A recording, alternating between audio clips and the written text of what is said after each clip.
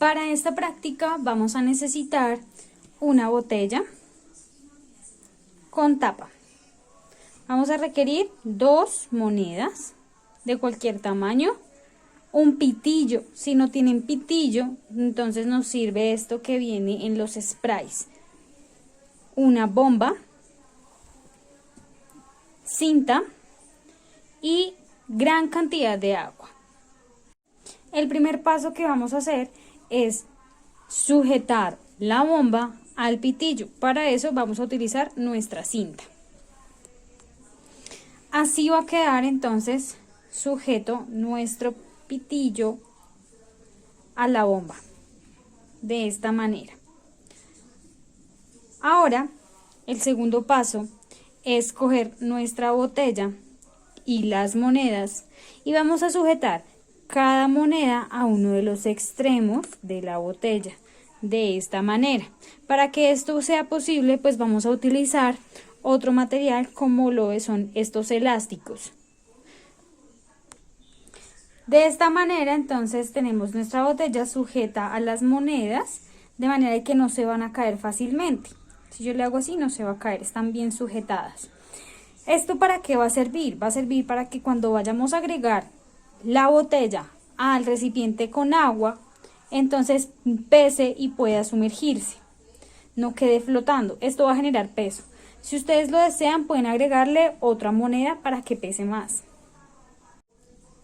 Ahora lo que vamos a hacer es abrir la botella. Vamos a abrir la botella y vamos a colocar nuestra bomba dentro de la botella.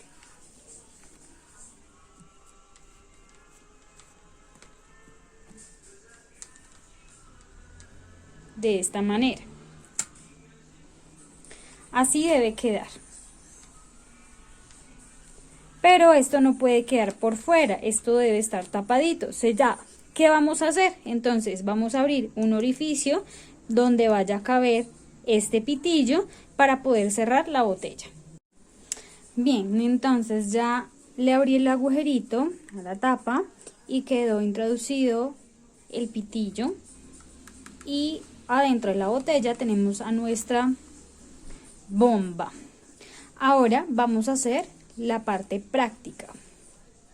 Bien, para este caso entonces ya tenemos nuestra botella, le vamos a agregar agua, pero ojo, antes de agregarle agua vamos a abrirle un agujero. Este agujerito que vemos acá se lo abrí antes de echarle el agua. Cuando le echo el agua simplemente tapo el agujero, echo el agua por acá, por la boquilla, meto la bomba, cierro la botella y vemos que no sale el agua. El agua debe quedar a este nivel. Recuerden que eso lo vimos en el laboratorio anterior de presión. Acá vamos entonces a sumergir nuestra botella y como te puedes dar cuenta queda sumergida una parte de ella. En este caso vamos a mirar cómo funciona un submarino. Entonces en este caso vamos a utilizar nuestro pitillo y vamos a soplar sobre él.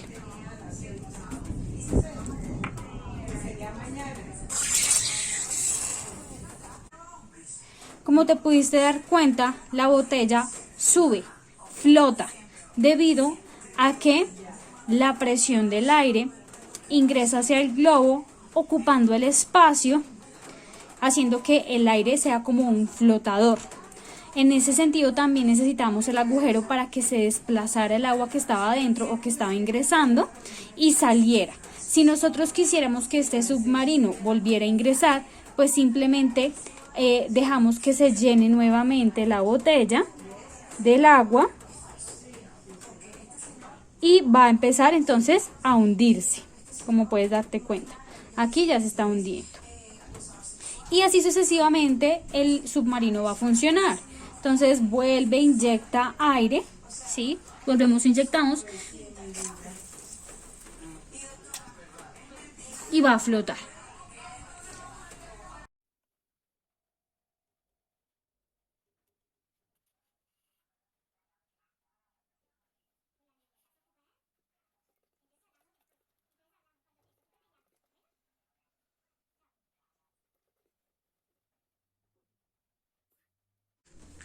Hola chicos, como vimos en la práctica, trabajamos cómo funciona un submarino. El submarino funciona bajo el principio de Arquímedes y es muy sencillo de entender. Acá tengo un recipiente, bueno, un dibujo de un recipiente con un líquido, es decir, un fluido, y tengo un elemento dibujado que puede ser una roca o cualquier objeto sólido. Cuando cojo esa roca y la suelto, esa roca va a producir un desplazamiento del agua o del fluido superior. Acá voy a dibujar la roca que habrá caído. En este caso, ¿por qué sucede esto? Resulta que cualquier objeto que se sumerja en un fluido, recuerden que un fluido es cualquier sustancia que tiene la posibilidad de modificar su movimiento, es decir, de fluir. En este caso puede ser un gas o puede ser un aire. Pero la pregunta fue, ¿por qué al sumergir o al lanzar la roca se eleva el agua? Bueno, en este caso la explicación es muy sencilla. La roca que sumergí tiene una masa. Ojo, no es un peso, es masa, porque es la cantidad de materia que compone esta roca.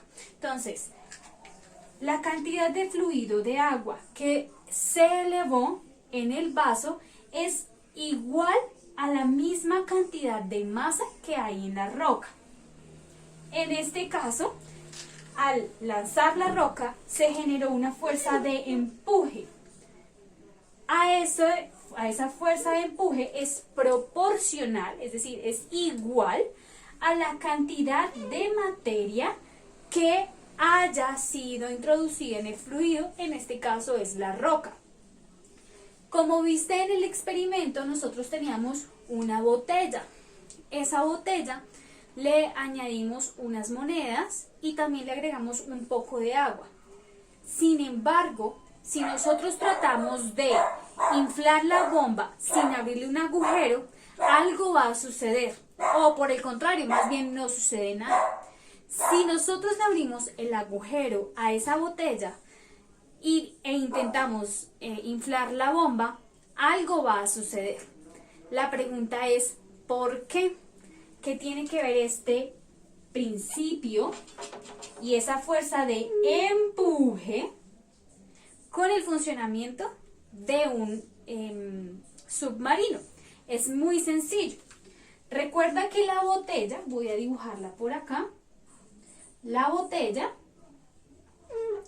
le añadimos peso a los lados. Ese peso se lo acompañamos con agua. Acá en la punta introducimos nuestro pitillo y nuestra bombita desinflada y sellamos acá. Si nosotros hubiésemos sumergido esta botella en el agua, en el fluido, por acá, resulta que al intentar inflar la bomba, no va a ser posible que se infle esta bomba. Por más fuerza y presión que le hagamos, no será posible. Por lo tanto, la botella no se elevaría. ¿Pero por qué? Muy sencillo. Porque las moléculas de aire de acá, ¿sí?, se pueden comprimir hasta un cierto punto.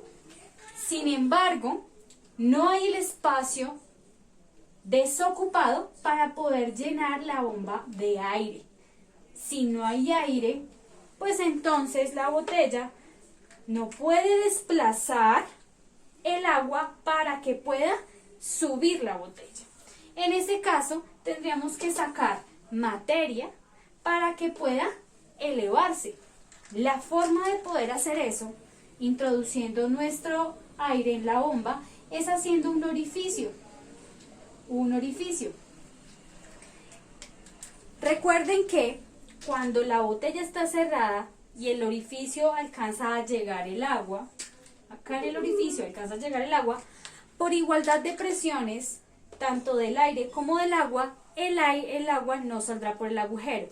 Pero si nosotros soplamos acá, estamos desplazando, sacando agua por el agujero. Al agregar el agua, ¿cierto?, estamos inflando nuestra bomba, es decir, desplazamos la misma cantidad de agua dentro de la botella que la cantidad que hay de aire dentro de la bomba. En ese caso, el aire, al ser un fluido con materia más dispersa, es decir, va a ocupar más volumen, va a hacer que la botella flote. Si necesitamos que la botella vuelva a hundirse, simplemente es desinflar la bomba, volver a sumergir la botella y vas a ver que se va a llenar el agua. ¿Para qué? Para equilibrar la misma cantidad de aire que hay dentro con la cantidad de agua que hay dentro de la botella. En este caso, es el mismo principio que tienen los submarinos, tanto para poder sumergirse como para poder emerger. A continuación vamos a ver el principio de Pascal.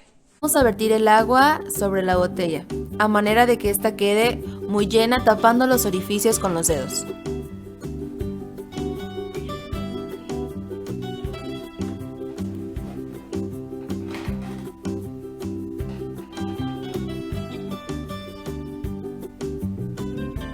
Rápidamente, al llenarse, tenemos que asegurarnos de tapar muy bien la botella.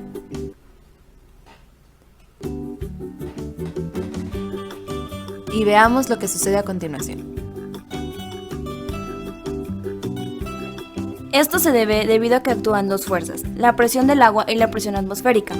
Cuando introducimos el agua en la botella, esta ejerce presión en las paredes y en los agujeros a presión que actúa es la atmosférica, impidiendo que el agua salga. Cuando destapamos la botella y el agua sale, es debido a que la presión deja de existir y deja que el agua salga. Como vimos entonces en la práctica anterior, vamos a relacionar ahora lo que es el principio de Pascal. Entonces el principio de Pascal tiene muchas aplicaciones en la vida cotidiana, pero antes de ver esas aplicaciones vamos a comprender pues cómo actúa. Esto tiene que ver también con los anteriores laboratorios que hemos realizado. Pero para eso entonces vamos a ver que hay unas condiciones para hablar del principio de Pascal. Estamos hablando de la presión de los fluidos. Entonces, por lo tanto, el principio de Pascal se aplica tanto para los fluidos líquidos como los fluidos gaseosos. En este caso, el fluido como tal debe estar en equilibrio. El recipiente que lo contiene no debe deformarse. Este fluido no se debe comprimir. Es decir, un gas que esté encerrado, por ejemplo, en una bomba, ese gas ya está lo suficientemente comprimido, por lo tanto no puede comprimirse más, o sea, el espacio que ocupan las moléculas está en el mínimo volumen posible, entonces por lo tanto no se puede comprimir más. Lo mismo ocurre con el agua, es decir, no se puede comprimir. Y cuarto, ese fluido debe estar encerrado en algo. Obviamente, si los fluidos adoptan la forma del recipiente que los contiene, pues es lógico que en el principio de Pascal ese líquido o gas deba estar encerrado y evitando pues su salida para que pueda actuar. Tengo acá un dibujo que voy a explicar. Entonces tengo acá una jeringa. Esta jeringa es una jeringa mucho más grande que la jeringa que tenemos a este lado. Sin embargo, encontramos que dentro de cada jeringa hay un fluido. Puede ser un fluido gaseoso o puede ser un fluido líquido. Supongamos que tengo aquí agua. Es un fluido líquido. Y que ambas jeringas están conectadas entre sí en su punta por medio de un catéter. Recuerden que entonces acá dentro del catéter también estará el fluido. Esa es su interconexión. Sin embargo, la jeringa pequeña está totalmente llena. Está totalmente llena de su fluido. Y en el caso de la jeringa grande, pues está al mismo nivel que la pequeña, pero al ser más grande, pues hay un espacio donde no está ese fluido que es el agua. Entonces acá no hay fluido líquido. ¿Qué necesitamos? Bueno, ¿qué pasaría si yo genero una presión en esta jeringa? ¿Será que la presión ejercida en la jeringa pequeña va a efectuar la misma presión en la jeringa 2 o será menor la presión? Teniendo en cuenta que el área en que se encuentra el fluido de la jeringa pequeña es mucho menor al área que está en la jeringa grande. Esas son las cosas que debemos tener en cuenta. ¿Qué pensarías tú? Bueno, tenemos que tener presente, recuerden, que la presión es una relación de dos magnitudes. Una que es la fuerza y otra que es el área, como lo vemos aquí explicado. La presión es igual a la fuerza sobre el área. En este caso, la presión 1 en el área 1 la fuerza 1 sobre el área 1 genera una presión de manera proporcional, es decir, igual a la fuerza 2 en el área 2. ¿Qué quiere decir esto? Aunque tenemos un área pequeña y una fuerza mínima, esta va a ser igual a la que tenemos en el área 2 que ejerceríamos con la fuerza o la presión 2. En este caso, la fuerza 1 va a ser igual a la fuerza 2. Recuerden, a menor área, mayor presión. A menor área, mayor presión. A mayor área, menor presión. ¿Qué nos indica esto? Que las moléculas del fluido, cuando se ejerce esa presión, van a ejercer la misma presión en todas las paredes de la jeringa pequeña, del catéter e inclusive en las paredes de la jeringa 2, haciendo que esta jeringa se eleve con la misma presión que se le inyectó a una jeringa más pequeña. Por eso es proporcional. La misma presión de la jeringa pequeña va a producirse en la jeringa 2, en la jeringa grande. Esto nos indica el principio de Pascal, siempre y cuando ese fluido, repito, esté encerrado y no se pueda comprimir. Porque cuando un fluido se comprime, entonces la presión ya es diferente, puede cambiar. En ese caso no importaría el área, porque lo que hace un gas o un líquido al comprimirse demasiado es reducir el volumen. Entonces, en ese caso, la presión no tendría gran cambio. Por eso es importante que el fluido esté encerrado y que no se comprima. Teniendo en cuenta esto, entonces ya puedes explicar las preguntas de la guía.